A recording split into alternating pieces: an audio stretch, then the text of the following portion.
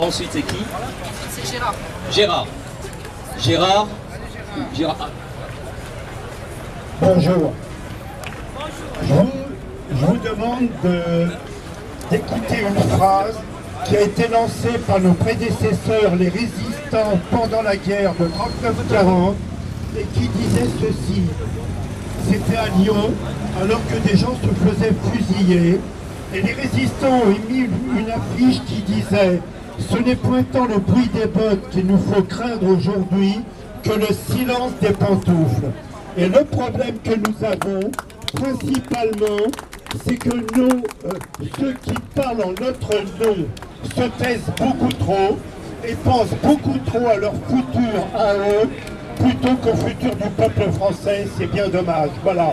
Je pense que nous devrions le dire à tous nos dirigeants, y compris les insoumis, y compris les gilets jaunes, qu'ils parlent au nom de tout le monde et pour le bonheur de tout le monde. Voilà. Merci. Alexis. Bonjour.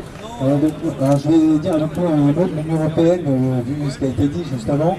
L'Union Européenne, en fait, ça nous a été vendu depuis des dizaines d'années comme une alliance pour la paix, pour la démocratie. Alors, il faut savoir que si ce qui s'est passé en Grèce récemment a montré à tout le monde que c'était tout sauf la démocratie, il faut savoir que à sa création, ça a été une entreprise profondément antidémocratique. Moi, j'ai une mère qui est historienne et on a grandi, elle nous lisait des documents qu'elle trouvait dans les archives.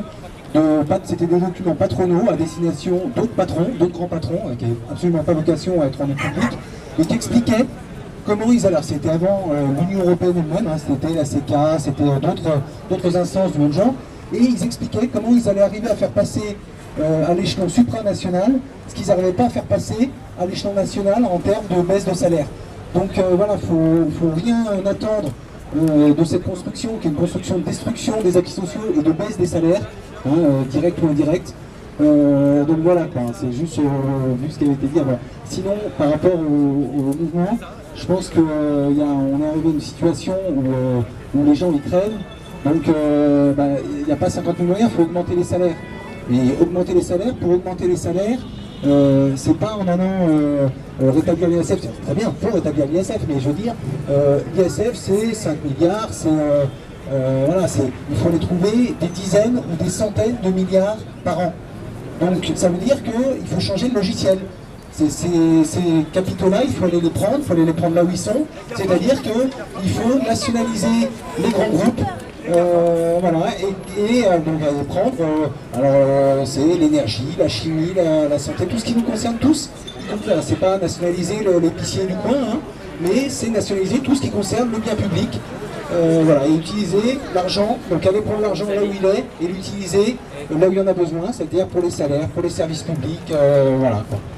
Donc, pour les moyens, à plus court terme, je pense qu'il n'y a pas 50 000 possibilités. C'est très bien de faire des cahiers de doléances, mais il faut d'abord commencer par organiser le blocage du pays, le blocage du capital. Et là seulement, à ce moment-là, on pourra discuter. Voilà.